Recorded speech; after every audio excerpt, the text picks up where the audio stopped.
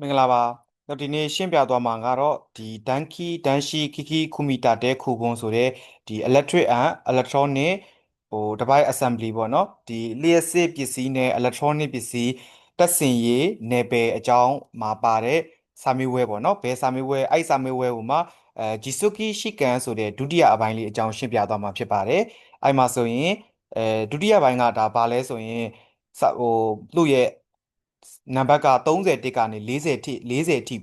ထိဆိုပြီးတော့10ဘုတ်ရှိရပေါ့နော်အဲ့10ဘုတ်ကဘယ်လိုပုံစံမျိုးလာမှလဲဆိုရင်၄ခုတစ်ခုရွေးလာလိမ့်မယ်ကဲအဲ့ဆိုရင်စပြီးတော့ကြည့်ရအောင်ပထမနံပါတ်30တစ်သူကဘာအကြောင်းလေးလဲဆိုရင် Risuku assessment တို့ Risuku assessment ဆိုတာကဒါအန်ရီတွေကိုရင်ဆိုင်ဖြည့်ရှင်းနေဆိုတဲ့သဘောပေါ့နော်အန်ရီတွေကိုရှောင်းနေတာမျိုးမဟုတ်ဘဲနဲ့အန်ရီတွေရှိနိုင်တဲ့အရာတွေကိုရင်ဆိုင်ဖြည့်ရှင်းတာအဲ့အန်ရီတွေကိုရင်ဆိုင်ဖြည့်ရှင်းတဲ့ဂျစ်ရှိနော့လက်တွေ့အကောင့်တွေဖော်တဲ့တဲကျွန်းနိအိုဤတဲ့လုပ်ငန်းစဉ်မှာဆိုရင်တဲ့ဆိုင်လျှော်နိအရင်ဆုံးရရှိစုရုခုတိုဝလက်တွေ့အကောင့်တွေဖော်ရမှာကအဓိကဆိုင်လျှော်ဆိုတဲ့အရာလေးကအဓိကနော်အရင်ဆုံးဆိုတာလေးအဲ့ဒါလေးတစ်ချက်နဲ့ဒီကောင်ကဖမ်းသွားမှာအရင်ဆုံးလက်တွေ့အကောင့်တွေဖော်ရမှာကနာနီကာဘာပါလဲတဲ့ဟောနောက်တစ်ခုသတိထားမှာပါလဲဆိုရင်တာရာရှိမိုနိုမာချီကတေအီရူမိုနိုဒီမှာကအဲ့နှစ်ခုရွေးခိုင်းတဲ့တင်မှာဘာကိုပဲရွေးခိုင်းတာလဲဆိုရင်မှန်တာကိုပဲဒီအောက်က၄ခုတည်းကနေတစ်ခုရွေးပါတယ်ဒါတော့ဆိုရင် risk assessment တို့ကိုအားလုံးကိုတင်ထားတယ်ဘာတင်ထားရလဲဆိုရင်အရင်ဆုံးအန္တရာယ်ကိုရှာမယ်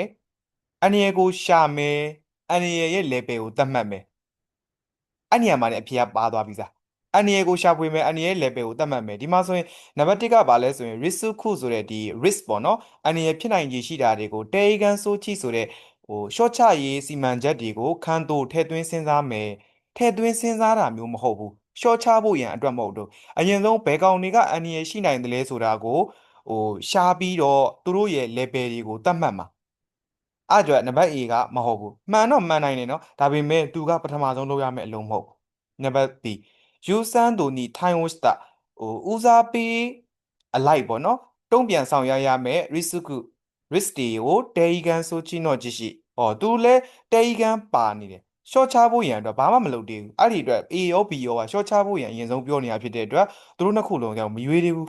နံပါတ် C နံပါတ် C ကဘာလဲဆိုရင်ခီကန်ကန်ကောတိုနော့ခီကန်ကန်ကောတိုဆိုတာကဒါဘာလဲဆိုရင်အန်နီယရဲ့ဂန်းဆိုတာအရင်အမြစ်ကောတိုဆိုတာအလိုက်အန်နီယရဲ့အရင်အမြစ်အလိုက်အန်နီယဝိစုခုဆိုတဲ့ဒီအန်နီယဖြစ်နိုင်ခြေတွေကိုမိစမိုရီခံမှန်းမယ်တဲ့အဲ့တော့အရင်ဆုံးဒါခံမှန်းရမှာမဟုတ်ဘူးလိုက်ပြီးတော့တတ်မှတ်ရမှာဒါခံမှန်းကြည့်အောင်လည်းမရဘူးဒီကောင်ကနော်အဲ့ကြတော့ဘာပဲကြံတော့လဲဆိုတော့နံပါတ် D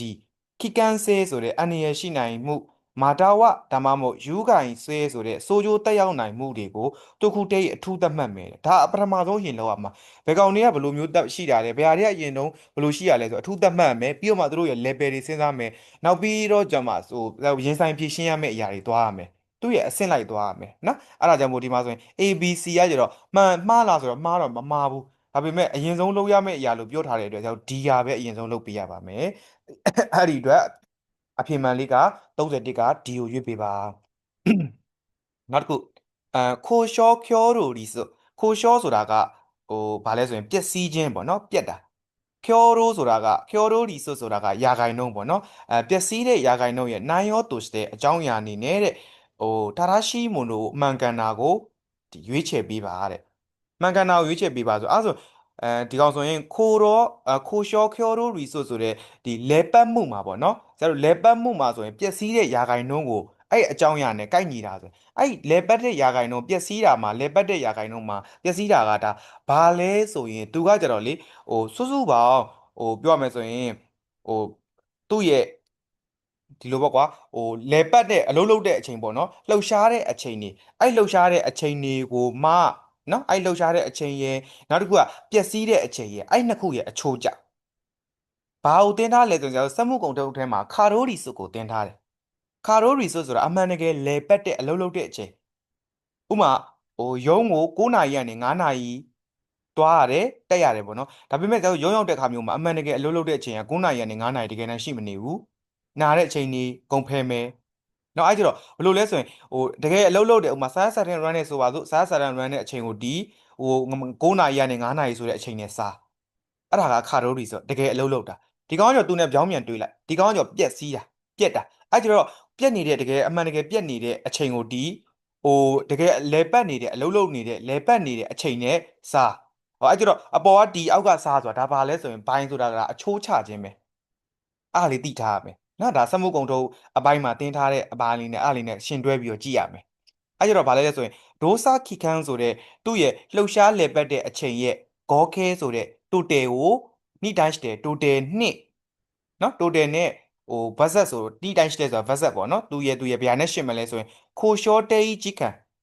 ပျက်စီးနေတဲ့အချိန်ဂေါကဲစုစုပေါင်းရဲ့ဝါရီယအချိုးပါတဲ့ဒါမှန်တယ်နော်တေချာချာမှတ်ထားအဲ့ကောင်လေးကိုဟိုတကယ်လဲပတ်နေတဲ့အချိန်ရဲ့ပြီးရင်ပြက်သွားတဲ့အချိန်ရဲ့အဲ့နှစ်ခုရဲ့စုစုပေါင်းအချိုးဟောအဲ့ဒါဟိုမှာဒါပြက်တာမဟုတ်ဘဲနဲ့ဟိုအမှန်တကယ်ပေါ့နော်ခါရိုဒီစုကိုမေးတယ်ဆိုရင်လေဟိုစုစုပေါင်းလက်အလုံးလုံးတဲ့အချိန်ရဲ့ပြီးရင်ကိုယ်တကယ်အမှန်တကယ်အလုပ်လုပ်တဲ့ချိန်ရဲ့အချိုးချမယ်နော်အဲ့ဒါလေးတွေပဲဘယ်လိုလေးနေအဲ့ကြောင့်ကျွန်တော်တို့ဖတ်ဆရာမလို့တော့ဆိုတော့ဒီဟာလေးကိုအသေးမှတ်ထားလိုက်နော်နံပါတ် A နောက်တစ်ခု4教ခုのにヤクブ酸素誘導弾誘導弾動機を60AS で使用した場合の簡単数として正しいものဒီကောင်လေးကတော့နည်းနည်းလေးခတ်မယ်ထင်တယ်သူကဘာလေးလဲဆိုရင်ဟိုခိုင်တန်းစုကိုမေးသွားတာလေပတ်တဲ့အရေးအတွက်ဒီကောင်ကိုကျတို့ဘယ်မှာသင်ပေးထားတယ်လဲဆိုရင်လေစာမျက်နှာ150နှစ်မှာသင်ပေးထားတယ်ကဲဒီမှာဆိုရင်စာမျက်နှာ150နှစ်မှာဆိုရင်ဘာသင်ပေးထားတယ်လဲဆိုရင်အဲ့မှာခိုင်တန်းစုရဲ့နော်ဘာရဲ့သင်ပေးလာလဲဆိုရင်ရှုစွလျော်ခုဆိုတဲ့အောက်ပုတ်ပါဝါအကြောင်းသင်ပေးထားတယ်လေပတ်တဲ့အရေးအတွက်နဲ့အောက်ပုတ်ပါဝါအကြောင်းဒီမှာဆိုရင်လေပတ်တဲ့အရေးအတွက်ကိုအနည်းနော်ညီမြချင်း120 F/P ပြီးရင်ရှုစွလျော်ခုဆိုတဲ့အောက်ပုတ်ပါဝါဆိုရင်လည်း2ပိုင်း N ပိုင်းရခုကျူနော်ရခုကျူသူကကျတော့ဘေးကနေမှာ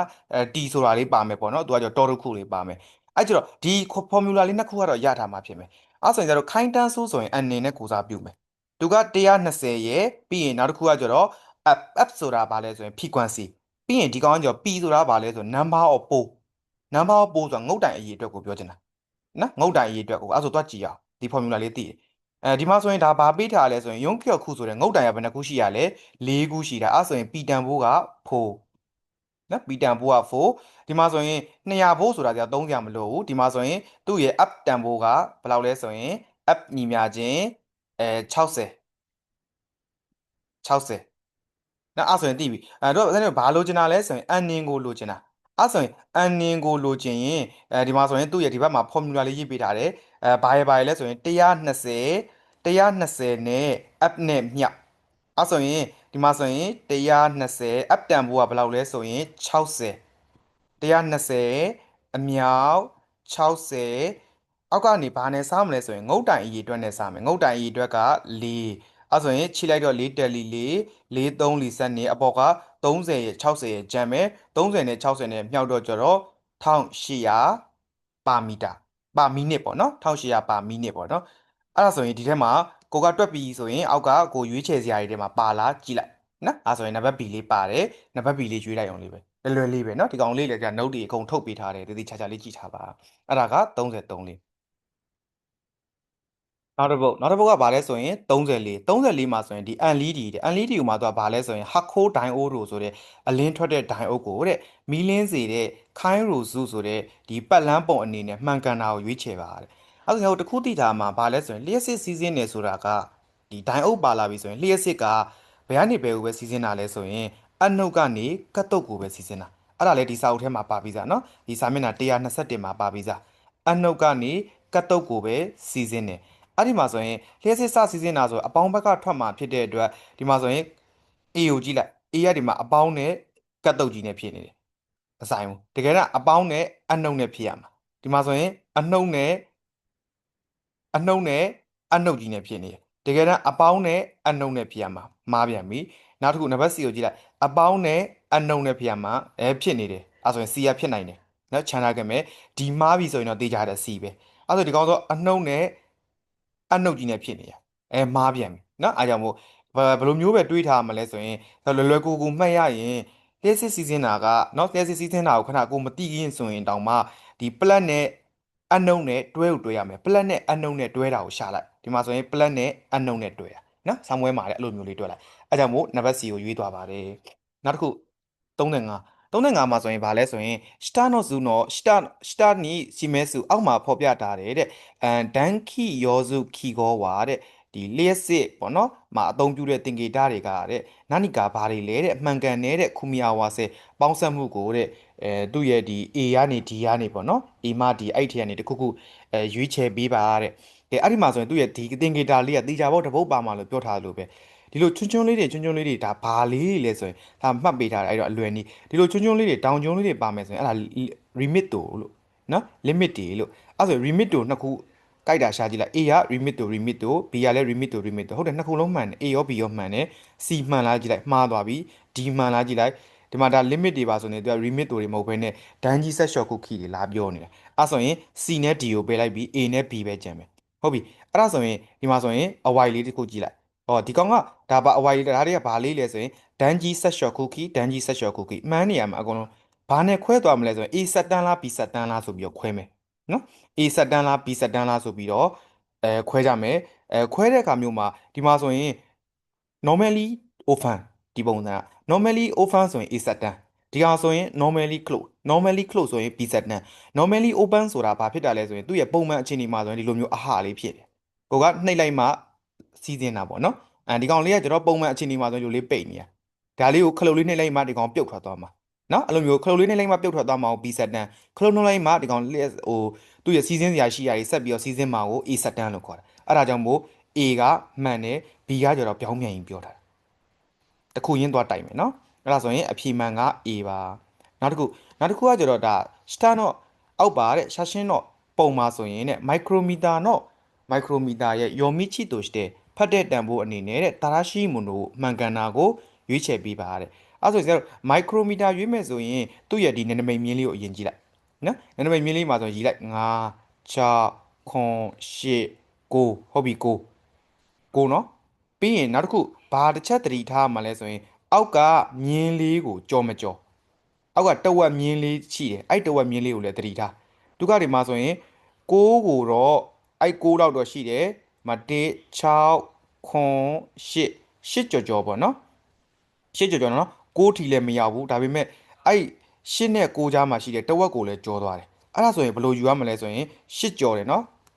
8ကိုမှဘယ်လောက်ကြော်သွားလဲဒီကတဝက်မြင်းရှိရတဝက်မြင်းဖြစ်တာပြည့်အတွက်8.5ဆိုပြီးတော့မှတ်ထားမယ်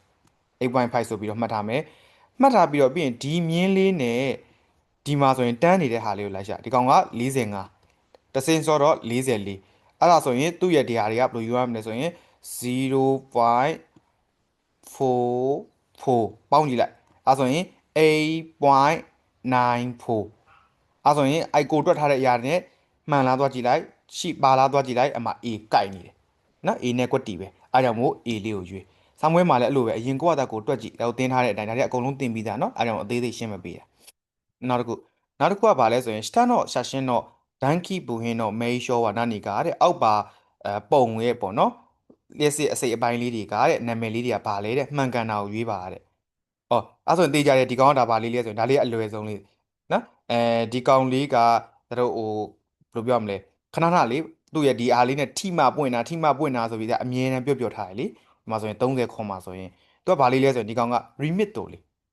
နော် remit တို့လေအဲ့တစ်ချက်လေးလိုက်ကြည့်လိုက်အကုန်လုံးမသိရင်တော့မှဒီမဲ့နံပါတ်3က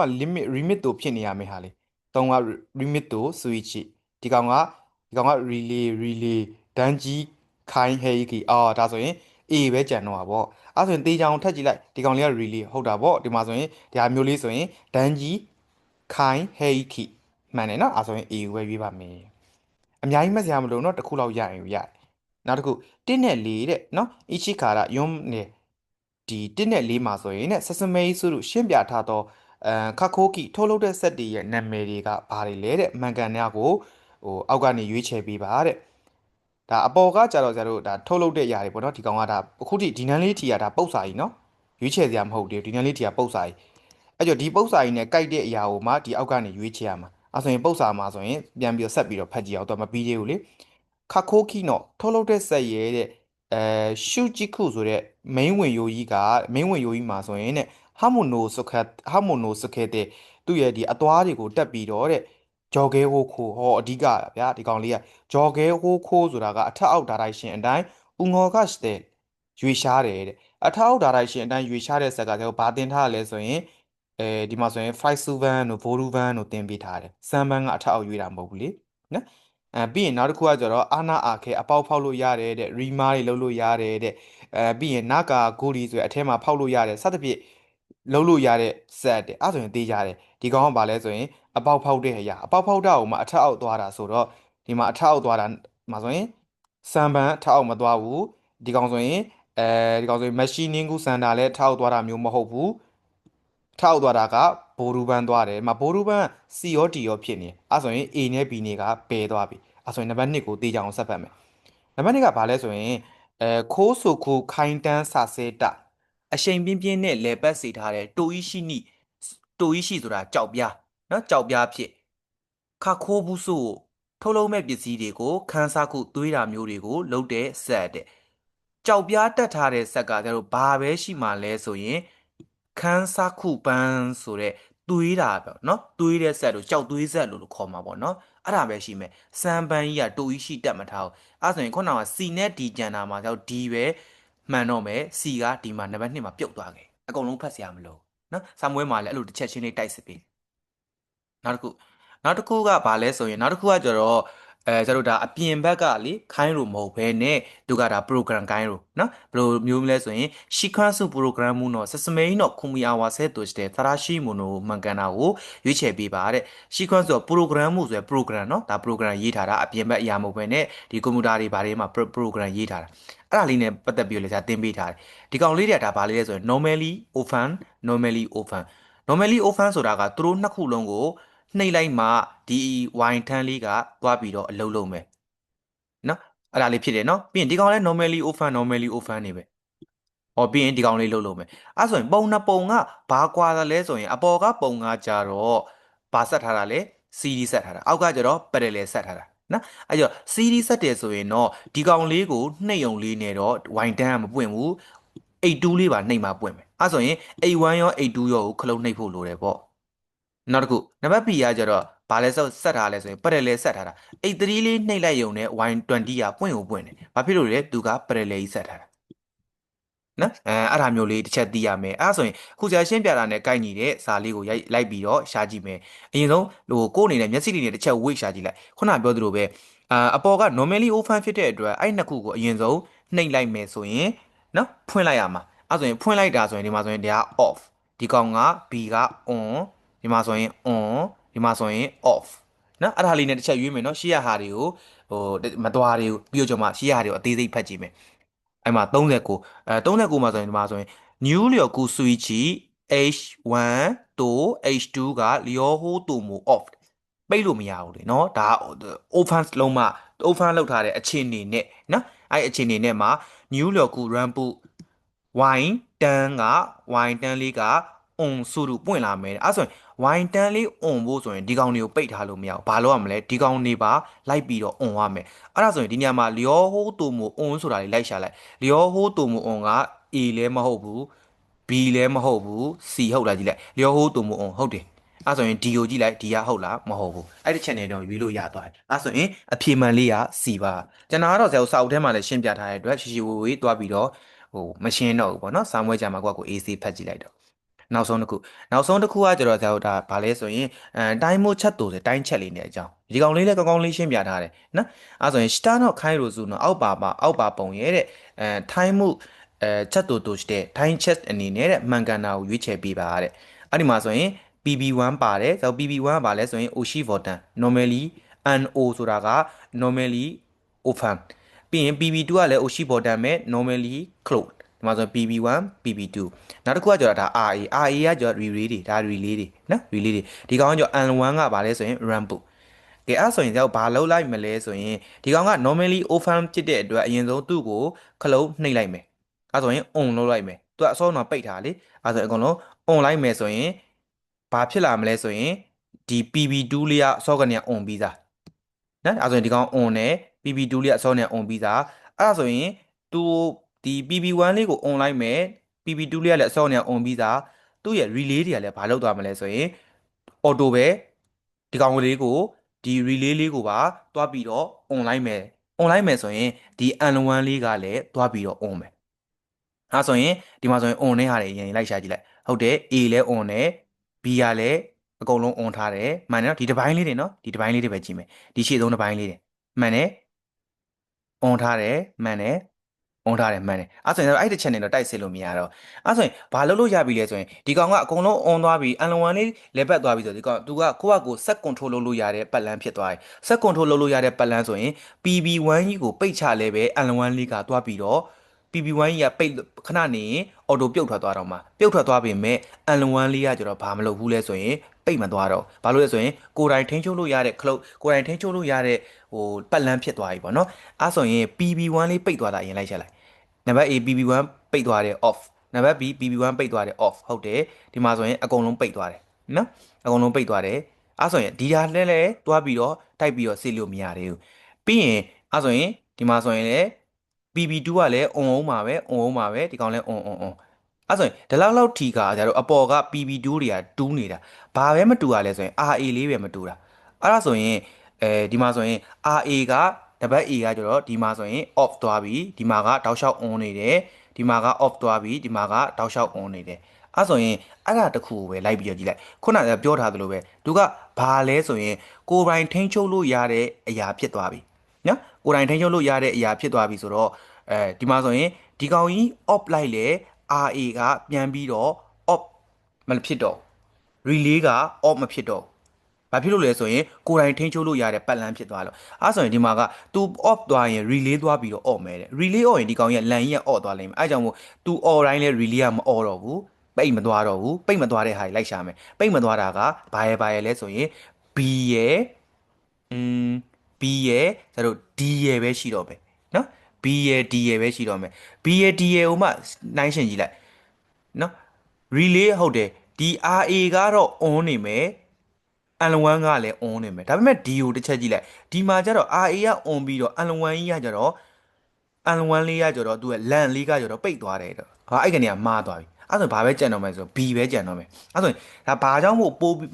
ထပ်ပြီးတော့ရှင်းပြမယ်ပိုးပြီးတော့နားလည်အောင်ဒီကောင်လေးကလေးတွေနားမလည်ဘူးလို့ပြောလို့မို့ B ကဘာဖြစ်လို့မှန်တာလဲဆိုရင်သူ့ရဲ့ပတ်လန်းအကြောင်းကိုရှင်းပြမယ် RA ကိုဇာ PB ပြန်စမယ်နော် PB1 လေးကစောစောတုန်းက off ထားတယ်ဒီမှာလေသူကပုံမှန်လေးက normally open ဖြစ်တဲ့အတွက် off ထားတယ်နော်ဒါလေး off ထားတဲ့အခြေအနေအဲ့ဒီကိုခလုံးနှိပ်လိုက်မယ်ဆိုရင်ဒီမှာဒီကနေစပြီးခလုံးနှိပ်လိုက်မယ်